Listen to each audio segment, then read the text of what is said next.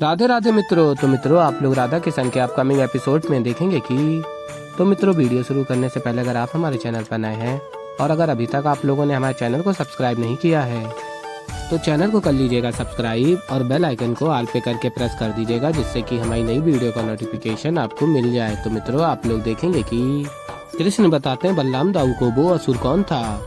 वो असुर बकासुर था दाऊ। और फिर दाऊ कहते हैं बकासुर अर्थात वो बगुला।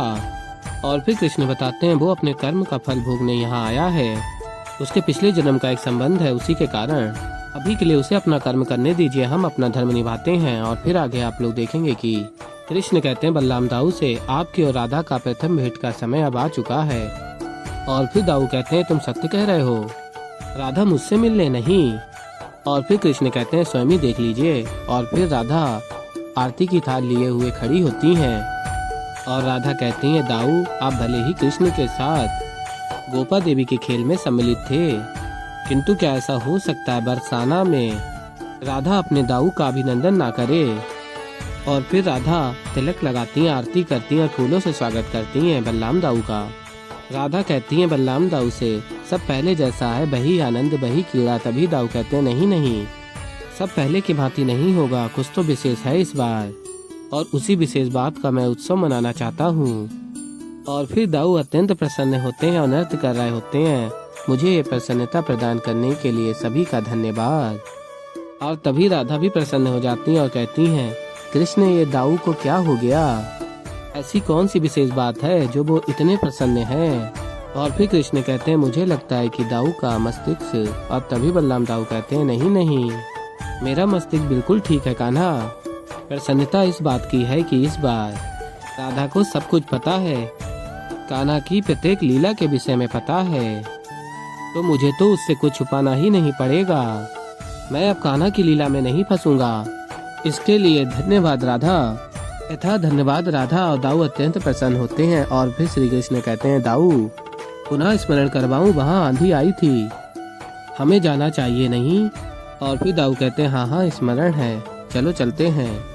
और फिर मित्रों आप लोग आगे देखेंगे कि ब्रजभान जी कहते हैं ईश्वर की कृपा से आंधी का प्रभाव अब समाप्त हो चुका है और जो भी विनाश हुआ है वो भी ठीक हो जाएगा। हम सब बरसाना वासी मिलकर उसे ठीक करेंगे, हाथ बटाएंगे और सब पहले जैसा हो जाएगा। और फिर बरसाना वासी कहते हैं ब्रजभान जी मुझे नहीं लगता कि वो एक आंधी था। और फिर ब्रजभान जी कहते हैं तुम्हारा तात्पर्य क्या है। और फिर बरसाना वासी कहते हैं मैंने एक विशाल पक्षी देखा, एक असुर की भांति। और तभी राधा की मैया कहती है बरसाना वासियों से क्या आप में से भी किसी और ने भी उस असुर को देखा। और फिर अन्य बरसाना वासी कहते हैं देखिए मैं पूर्ण विश्वास से तो नहीं कह सकता, किंतु मुझे भी कुछ ऐसा ही लगता है, यदि उसने पुनः आक्रमण किया तो। और फिर ब्रजभान जी कहते हैं देखिए आप व्यर्थ में ही चिंता कर रहे हैं, ऐसा कुछ नहीं होगा, विपदा टल चुकी है। और तभी राधा आ जाती और कहती है नहीं बाबा। और साथ में राधा की गोपा देवी भी होती हैं और बलराम दाऊ भी होते हैं। और राधा कहती हैं आगे ये सब सही कह रहे हैं, हम यहाँ सुरक्षित नहीं हैं, विपदा अब भी है।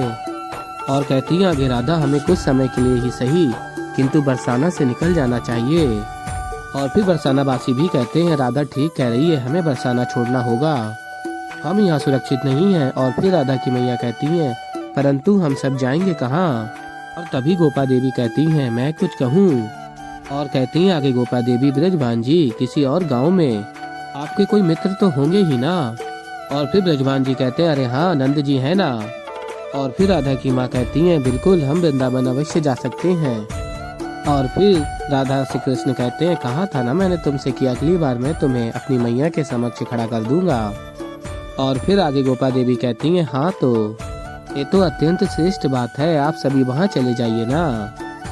और फिर राधा की माँ कहती है आप सबको गोपा तुम हमारे साथ नहीं आओगी। और फिर गोपा देवी कहती है नहीं नहीं, मेरा यहाँ आने का उद्देश्य जो था वो पूर्ण हो चुका है, अब यहाँ रुकने की कोई आवश्यकता नहीं है, अब जब पुनः कोई कार्य होगा तो आ जाऊंगी। और फिर राधा कहती है तो ठीक है गोपा अपना ध्यान रखना। और बलराम दाऊ से भी कहती हैं और आप भी अपना ध्यान रखना, अपनी विशेष सखी का भी। और फिर मित्रों आप लोग आगे देखेंगे कि गोपा देवी कहती हैं आशा है कि आप सबकी वृंदावन की यात्रा मंगलमय हो। वैसे भी बरसाना की ये कलियां, इन्हें तो हम कभी नहीं भूलेंगे। चलिए आज्ञा दीजिए, अब मैं चलती हूँ।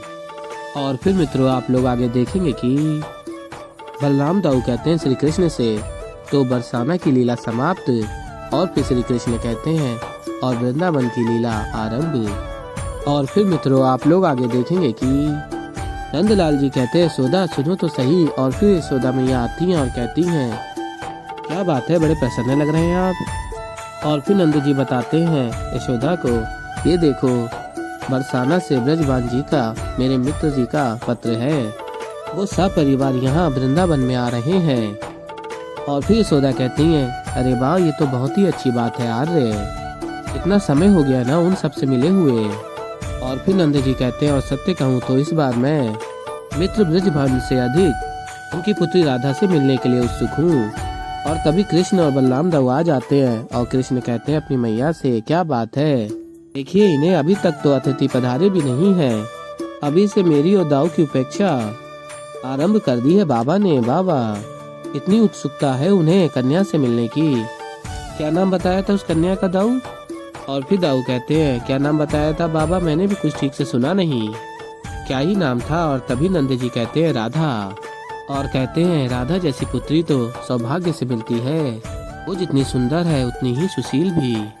और फिर कृष्ण कहते हैं किंतु सुंदर और सुशील तो कई सारी कन्याएं होती हैं, ऐसा क्या विशेष है राधा में। और फिर नंद जी कहते हैं नहीं कान्हा, सब राधा नहीं हो सकती, कुछ तो विशेष है उसमें, अरे उसको तो देखकर ही मन प्रसन्न हो जाता है। और फिर आगे आप लोग देखेंगे कि राधा और सभी बरसाना वासी जा रहे होते हैं वृंदावन। और तभी राधा कहती है माँ बाबा और कितना समय लगेगा वृंदावन पहुँचने में। और फिर ब्रजभान जी बताते हैं पुत्री कल प्रातः पहुँच जाएंगे हम लोग। और फिर राधा कहती हैं मुझे तुमसे वृंदावन में मिलने की प्रतीक्षा ही नहीं हो रही है कृष्ण। और कृष्ण स्मरण कर रहे होते हैं जितनी आतुर तुम हो राधे, उतना ही आतुर मैं भी हूँ तुमसे मिलने को। और फिर मित्रों आप लोग आगे देखेंगे कि नंद जी राधा की प्रशंसा कर रहे होते हैं। और फिर कृष्ण कहते हैं अच्छा और क्या विशेष है राधा में। और फिर तभी मैया कहती हैं कृष्ण के कान पकड़कर क्यों रे, तुम्हें राधा की पूरी कुंडली क्यों जाननी है। तो ऐसे ही मित्रों आगे और भी बहुत कुछ देखेंगे, तो अभी के लिए इस वीडियो में इतना ही।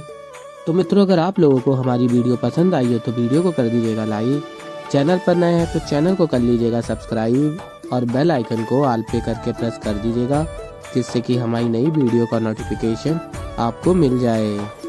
तो मित्रों मैं मिलता हूँ जल्दी आप लोगों को एक नई वीडियो के साथ, तो तब तक के लिए मित्रों राधे राधे।